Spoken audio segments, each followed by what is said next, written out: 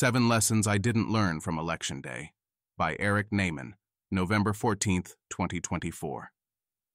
I spent most of my election day, 3 p.m. to 11 p.m. Pacific time, trading on manifold markets. That went about as well as it could have gone. I doubled the money I was trading with, jumping to 10th place on Manifold's all-time leaderboard.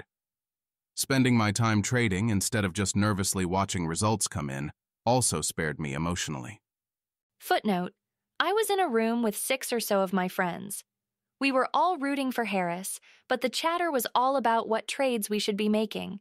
Is the market overreacting to Trump's crushing victory in Florida? Why is Trump wins the popular vote stubbornly staying below 30%? Wisconsin seems bluer than Pennsylvania. Should we be buying Trump shares in Pennsylvania and selling them in Wisconsin?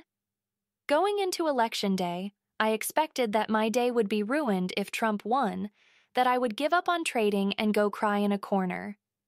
Instead, the opposite happened. The exhilaration of trading, the constant decision-making, displaced most of the grief that I would have felt that day. I think it's really bad that Trump won, and that the world will be a much worse place because of it. But just on an emotional level, things turned out okay for me. It's been a week now, and people seem to be in a mood for learning lessons, for grand takeaways. There is, of course, virtue in learning the right lessons. But there is an equal amount of virtue in not learning the wrong lessons. People seem to overlearn lessons from dramatic events, and so this blog post is intended as a kind of pushback. Here are some lessons that people seem to be learning, and here is why those lessons are wrong. The 7 most important things I didn't learn. 1. No, Kamala Harris did not run a bad campaign. The most important fact about politics in 2024 is that across the world, it's a terrible time to be an incumbent. For the first time this year since at least World War II, the incumbent party did worse than it did in the previous election in every election in the developed world. This happened most dramatically in the United Kingdom, where the Labour Party won in a landslide victory, ending 14 years of conservative rule. But the same thing played out all over the world, in places like India, France, Japan, Austria, South Korea, South Africa, Portugal, Belgium, and Botswana. Image. The scatter plot shows the change in vote share for governing parties in national elections from 1950 to 2024, with gray dots representing individual elections and a single red dot for the U.S. 2024 election, appearing near the bottom of the chart. The visualization illustrates an unprecedented pattern in 2024, where every governing party in developed countries lost vote share compared to their previous election, though the U.S. loss appears relatively modest compared to some other recent incumbent party losses. Source: Financial Times. Why? The answer is probably inflation. Inflation rates were unusually high throughout the world, and voters really don't like it when prices go up. The fact that this phenomenon is global shows that we can't infer much about Kamala Harris's quality as a candidate or about her campaign, just from the fact that she lost. Indeed, as the chart shows, she fared unusually well compared to other incumbents, though I wouldn't read too much into that either. Footnote: For one thing, the U.S. economy has generally fared better than most other economies in the developed world. For another, Joe Biden wasn't running for re-election, which may have dulled the anti-incumbent effect. For a third, the U.S. is unusually polarized, so one should expect smaller swings from election to election. Also, the sample of countries in the chart just isn't that large. Honestly, I don't think that Kamala Harris was a good candidate, electorally speaking. According to a New York Times poll, 47% of voters thought that Harris was too progressive. Compare, only 32% thought that Trump was too conservative. This is perhaps because she expressed some fairly unpopular progressive views in 2019-2020, including praising the defund the police movement and supporting a ban on fracking. But I think that her 2024 campaign was pretty good. She had a good speech at the Democratic National Convention, did well in the presidential debate, and mostly avoided taking unpopular positions. By most accounts, her ground game in swing states was superior to Trump's. Plus, Harris was backed by a really impressive super PACs called Future Forward, which did rigorous ad testing to figure out which political ads were most persuasive to swing voters. Harris's campaign wasn't perfect. She should have picked Josh Shapiro as her running mate and gone on Joe Rogan's show, but I have no major complaints. Whatever the cause, I think there's evidence that Harris's campaign was more effective than Trump in the most important states. Here is a map of state-by-state swings in vote from 2020 to 2024, relative to the national popular vote. In other words, while literally every state swung rightward relative to 2020, I've colored red the states that swung rightward more than the nation as a whole, and blue the states that swung less. Footnote: these numbers are subject to change, mostly because California has so far only counted about 2/3 of its votes. Image. The map shows state-by-state changes in voting patterns between 2020 and 2024 relative to the national average, with darker blue indicating states that swung less to the right than the national trend, and red indicating states that swung more rightward than the national average. The visualization particularly highlights that all swing states, like Nevada, Arizona, Georgia, North Carolina, Pennsylvania, Michigan, and Wisconsin, experienced less rightward movement than the country as a whole, while states like California, Texas, Florida, and New York saw larger rightward shifts. Each state's swing relative to the nation as a whole. For example, New York is red on the map because Trump gained more in New York, 11.5%, than he did nationally, 6%. Oklahoma is blue because Trump gained less in Oklahoma, 1%, than he did nationally. Notice that all 7 swing states, Nevada, Arizona, Georgia, North Carolina, Pennsylvania, Michigan, and Wisconsin, swung right less than the nation. Georgia and North Carolina particularly stand out, having swung the least of any states in the Southeast. And despite Harris's massive losses among Hispanic voters, visible on the map in states like California, Texas, Florida, and New York, she did okay in the heavily Hispanic swing states of Arizona and Nevada. See this Twitter thread by Dan Rosenheck for a more rigorous county-by-county regression analysis that agrees with this conclusion. Footnote: Rosenheck found that including a variable for "is the county in a swing state" significantly improves the regression. Being in a swing state is associated with a higher vote share for Harris. However, it's possible that this effect is entirely due to an idiosyncratic pro-Trump effect in a few states like New York, New Jersey, and Florida, which happen to not be swing states. The result? It looks like Harris has pretty much erased the bias that massively benefited Trump in the Electoral College in 2020. That year, Biden won the popular vote by 4.5%, but came really close to losing the Electoral College. He needed to win the national popular vote by 4% to win the Electoral College, a historic disadvantage. Image. The graph shows the partisan bias of the Electoral College from 1952 to 2016, measured as the difference in Democratic margin between tipping point states and the national popular vote. The line fluctuates between approximately positive 2% and negative 4% over this period, with the most extreme pro-Republican bias occurring in 2016 at approximately negative 4%. Earlier years, such as 1968 and 1984, exhibit more modest biases in either direction. In 2024, it looks like Harris would have needed to win the national popular vote by about 0.3% to win the election. In other words, the last election's bias against Democrats, a bias that was unprecedented in recent history, got almost entirely erased. This analysis is not definitive, but it looks to me that the Harris campaign did a basically good job under highly unfavorable circumstances. 2. No, polls aren't useless. They were pretty good, actually. I've actually seen surprisingly few people complain about the polls this time around. But people will inevitably complain about this year's polls the next time they're interested in dismissing poll results. So it's worth stating for the record that the polls this year were pretty good. I'd maybe give them a B grade. 538 compares 2024 polls to polls from previous presidential elections, finding that polls had low error and medium bias. Below, statistical error, refers to the average absolute value of how much the polling average differed from the final result across relatively close states. Meanwhile, statistical bias looks at whether polls were persistently wrong in the same direction. Image. The image shows a table tracking statistical error and bias in presidential election polls from 2000 to 2024, focusing on states decided by less than 15 points and reporting at least 95% of votes by November 8, 2024.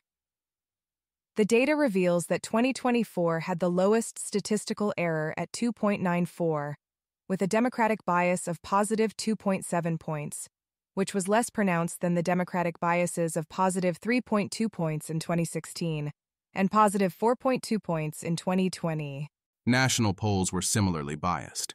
It looks like Trump will win the popular vote by about 1.5%, whereas the polling average had Harris winning the popular vote by 1%. That's a 2.5% bias, which is in line with the historical average. Image. The graph shows polling errors in U.S. presidential elections from 1936 to 2020, with blue bars representing overestimates of Democratic margins and red bars representing overestimates of Republican margins. The most recent data point indicates that 2020 polls overestimated Biden's margin by 3.9 percentage points, while polling errors in previous cycles since 2000 ranged from negative 2.4 to positive 1.3 percentage points. In 2016 and 2020, we saw a massive polling bias in the Midwest. This year, polls had a modest bias. We only saw a large polling bias on Florida and Iowa, neither or which were swing states. Image. The table shows polling bias across key states for the 2016, 2020, and 2024 presidential elections, with D+ indicating polls overestimated Democratic performance and R+ indicating polls overestimated Republican performance. The data reveals a consistent Democratic bias across most states in all three cycles, generally decreasing in magnitude from 2016 to 2024. Florida and Iowa show the largest Democratic bias in 2024 at D+ 6.6 and D+ 8.2, respectively. Why were the polls so biased in 2016 and 2020? For 2016, I think we have a reasonably good explanation. Most polls did not weight respondents by education level. This ended up biasing polls because low education voters swung massively against Democrats, and also were much less likely to respond to polls. I think it's less clear what happened in 2020. The best explanation I've heard is that the polling bias was a one-off miss caused by COVID. Democrats were much more likely to stay home, and thus much more likely to respond to polls. I don't find this explanation fully satisfying, because I would think that weighting by party registration would have mostly eliminated this source of bias. Some people went into the 2024 election fearing that pollsters had not adequately corrected for the sources of bias that had plagued them in 2016 and 2020. I was ambivalent on this point. On the one hand, I think we didn't end up getting a great explanation for what caused polls to be biased in 2020. On the other hand, pollsters have pretty strong incentives to produce accurate numbers. I hope we end up with a good explanation of this year's more modest polling bias. So far, I haven't seen one. Should we expect polls to once again be biased against Republicans in 2028? I don't know. The polls did not exhibit a bias in the last two midterm elections, but they exhibited a persistent bias in the last three presidential elections. One could posit a few theories. The default hypothesis. Every year has idiosyncratic reasons for polling bias. It just so happened that polls were biased against Trump in all of the last three elections.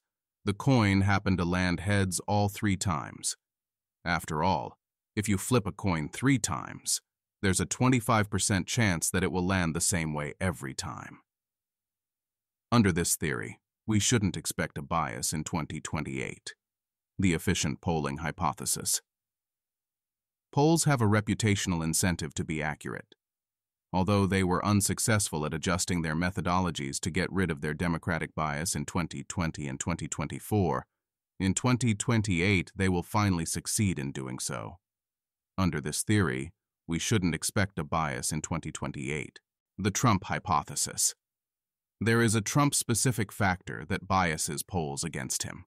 The most likely reason for this is that some of Trump's voters, A, only turn out to vote for Trump, and B, are really hard to reach, in a way that isn't easily fixed by weighting poll respondents differently. Under this theory, we shouldn't expect a bias in 2028, since Trump isn't running again. The low propensity voter hypothesis. Some voters only turn out every 4 years to vote for president. While a decade ago, a majority of these voters were Democrats, now a majority are Republicans. This hypothesis is similar to the previous one, except that it doesn't posit a Trump-specific phenomenon. Under this theory, to the extent that polls have trouble picking up on those voters, because they're unlikely to respond to polls, maybe we should expect the bias to continue. I think these hypotheses are about equally likely. So, should we expect a bias favoring Democrats in 2028? My tentative answer, probably not. But maybe. There's one caveat I'd like to make, which concerns Selzer & Co.'s Iowa poll.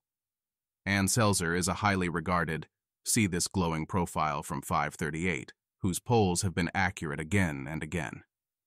But this year, her final poll showed Harris up 3 in Iowa. Meanwhile, Trump won by 13 points, a huge miss. So what happened? Most likely, the error was a result of non-response bias.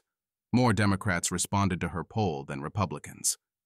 I couldn't the poll methodology online, but Selzer is famous for taking a hands-off approach to polling, doing minimal weighting.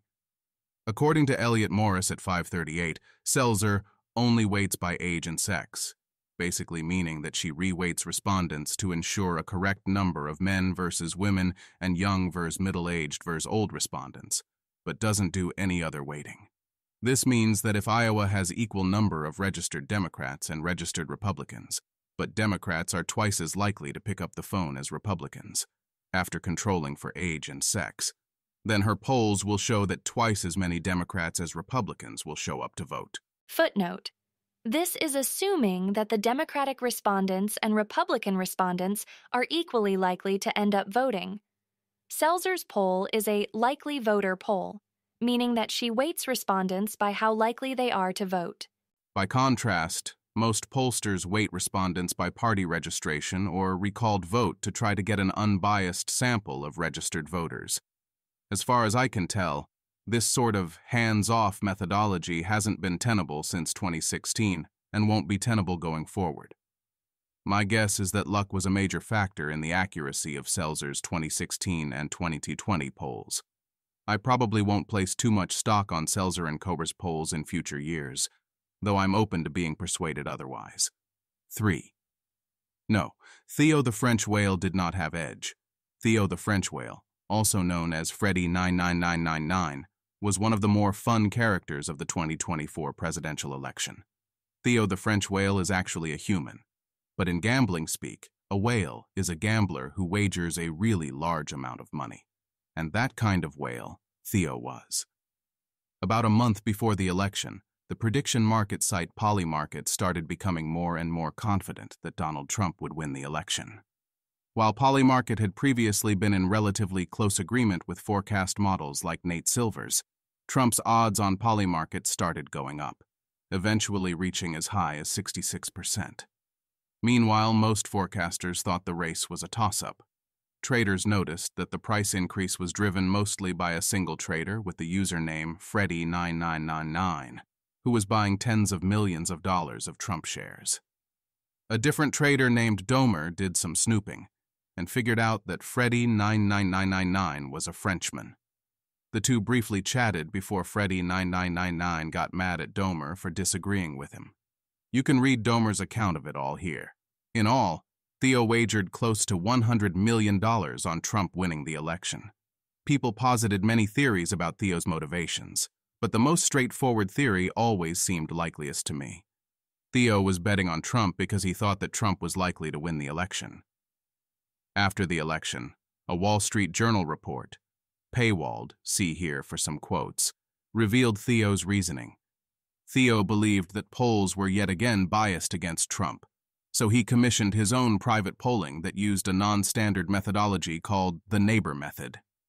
The idea of the neighbor method is that, instead of asking people who they support, you ask them who their neighbors support. This is supposed to reduce the bias that results from Trump supporters being disproportionately unwilling to tell pollsters that they're voting for Trump, so-called shy Trump voters. According to the WSJ article, Theo's neighbor method polls showed Harris's support was several percentage points lower when respondents were asked who their neighbors would vote for, compared with the result that came from directly asking which candidate they supported.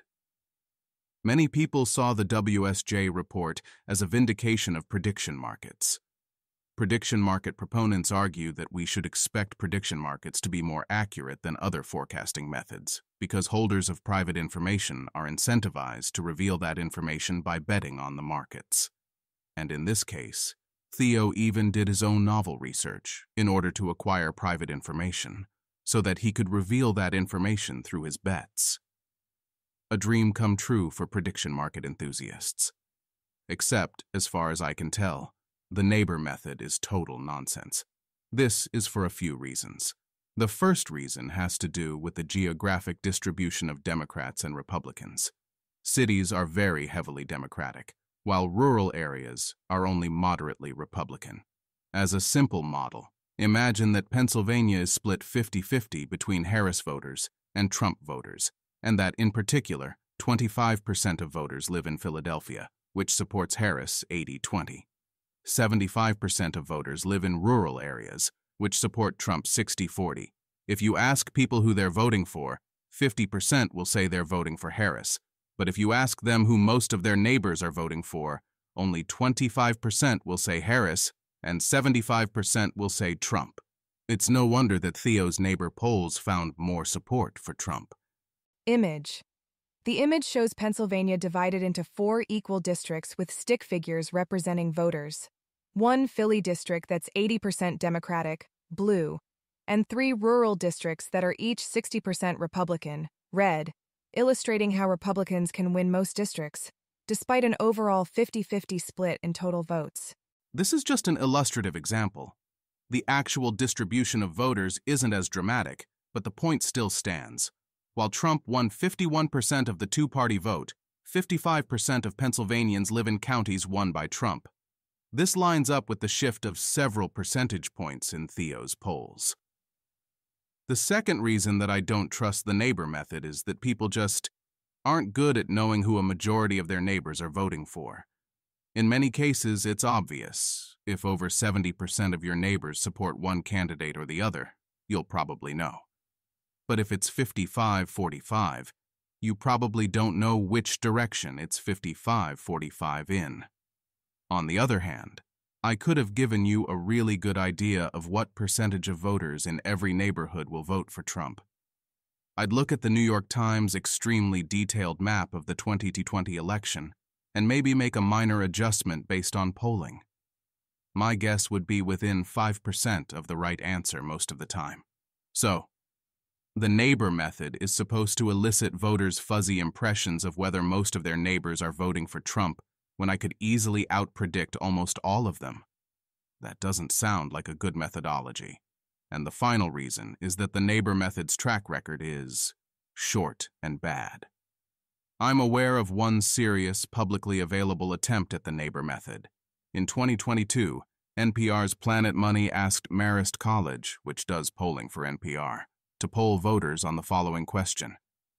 Think of all the people in your life, your friends, your family, your co-workers. Who are they going to vote for? While the main polling question, who will you vote for, found a 3-point advantage for Republicans, spot on. The friends and family question found a whopping 16-point advantage, which was way off. Also, how are you even supposed to answer that question? Well, Aunt Sally is voting for the Democrats, while Uncle Greg is voting for the Republicans. Meanwhile, my best friend Joe is planning to vote for the Democrat in the House but the Republican in the Senate. My co-workers seem to be split 50-50, though I don't talk to them about politics much. So, barring further evidence, I will continue to be dismissive of the neighbor method. Theo did a lot of work, but it was bad work, and he got lucky. 4. No, we didn't learn which campaign strategies worked. The Kamala Harris campaign is getting a lot of flack for spending millions on swing state concerts by celebrities like Katy Perry and Lady Gaga. Had Harris won, the media would probably be praising her youth-savvy strategy. By contrast, previously skeptical media coverage of Elon Musk's efforts to turn out voters for Trump in swing states are increasingly viewed as effective just because Trump won. Were the concerts a good use of money? I don't know. Did Musk's $200 million get spent wisely? I also don't know. In both cases, my guess is probably not. But the fact that Trump won and Harris lost provides very little evidence, just because there are so many factors at play in determining who wins or loses an election. 5. No, Donald Trump isn't a good candidate.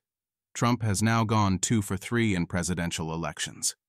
This year was just the second time that a Republican won the popular vote in the last 9 presidential elections, the other being George Bush in 2004. It's tempting to conclude that Trump is an above-replacement Republican when it comes to electability. I think that would be the wrong conclusion. In my opinion, Trump mostly got lucky in the 2 general elections that he won. In 2016, he barely beat Hillary Clinton, who was deeply unpopular at the time of the election. Image. This graph shows Hillary Clinton's favorable and unfavorable ratings in polling averages from December 2015 through November 2016, with the red line indicating unfavorable ratings consistently above 50% and reaching as high as 56%, while the black line shows favorable ratings generally remaining between 38% and 44%. The visualization, sourced from Real Clear Politics, displays Clinton's net favorability rating in the bottom panel, which remained substantially negative throughout this period, averaging around -10 to -15 points. Source: Real Clear Politics. And in 2024, he was running against a quasi-incumbent during an unprecedentedly bad time to be an incumbent. I'm actually not sure that Trump is unusually bad for a Republican. For example, hypothetical Harris versus Vance polls showed Harris doing about 9 points better against Vance than against Trump. On the other hand, during this year's Republican primary, most polls showed Haley doing better than Trump against Biden, e.g. this New York Times poll. Overall, I'd guess that Trump is about average for a Republican in terms of electability. 6. No, spending money on political campaigns isn't useless. I've seen a few people jump to this sort of conclusion based on the fact that Harris significantly outraised Trump and still lost. But again, the relevant question is how much she would have lost by if she hadn't outraised Trump. My guess is that she would have lost by more, particularly in the swing states, where most of her ad spending went and where she overperformed. See above. Natural experiments show that campaign spending helps win votes. I think that while donating to the Harris campaign is only moderately effective, some efforts such as Swap Your Vote were able to get Harris additional swing state votes at a cost of about $200 per vote. As an altruistic intervention, I think this is pretty good, given that the outcome of the presidential election affects how trillions of dollars get spent. See here for some more of my thoughts about this. For my part, I didn't donate to Harris, but I donated a substantial amount to my favorite state legislative candidate in what looked to be a really close race. He ended up losing by about 10%, but I think my decision to donate was well-informed, and I would do it again. 7. No. My opinion of the American people didn't change. I expected 50% of voters to vote for Harris and 48.5% to vote for Trump. Instead, 48.5% voted for Harris and 50% voted for Trump. The 1.5% of Americans who voted for Trump and who I thought would vote for Harris were incredibly important for the outcome of the election and for the future of the country, but they are only 1.5% of the population. If you, like me, supported Harris, then perhaps you think that 1.5% of Americans have worse judgment than you expected.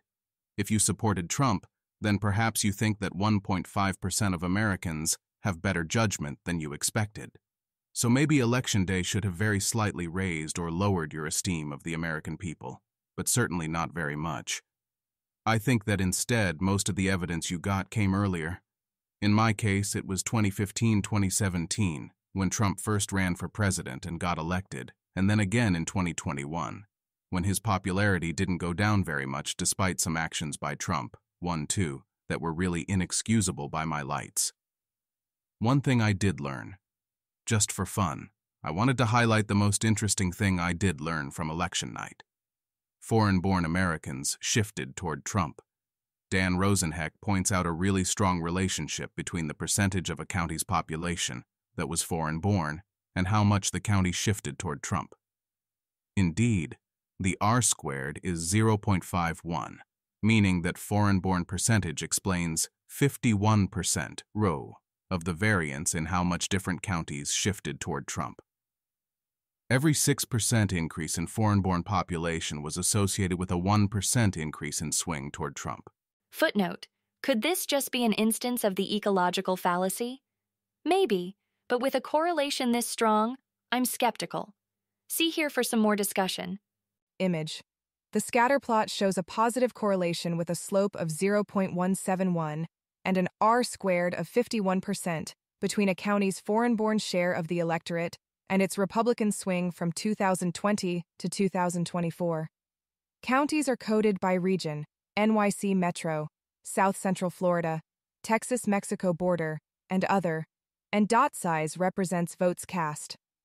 Notably, counties with higher foreign-born populations, particularly along the Texas-Mexico border, red dots, and in South Central Florida, green dots, showed stronger Republican swings of up to 15 percentage points, while counties with lower foreign-born populations generally had smaller swings. I haven't checked, but I suspect that this is reversion to pre-Trump voting patterns. Maybe otherwise conservative immigrants voted against Trump in 2016 and 2020, but decided to vote for Trump in this election. If someone wanted to check, I'd be interested in seeing the results.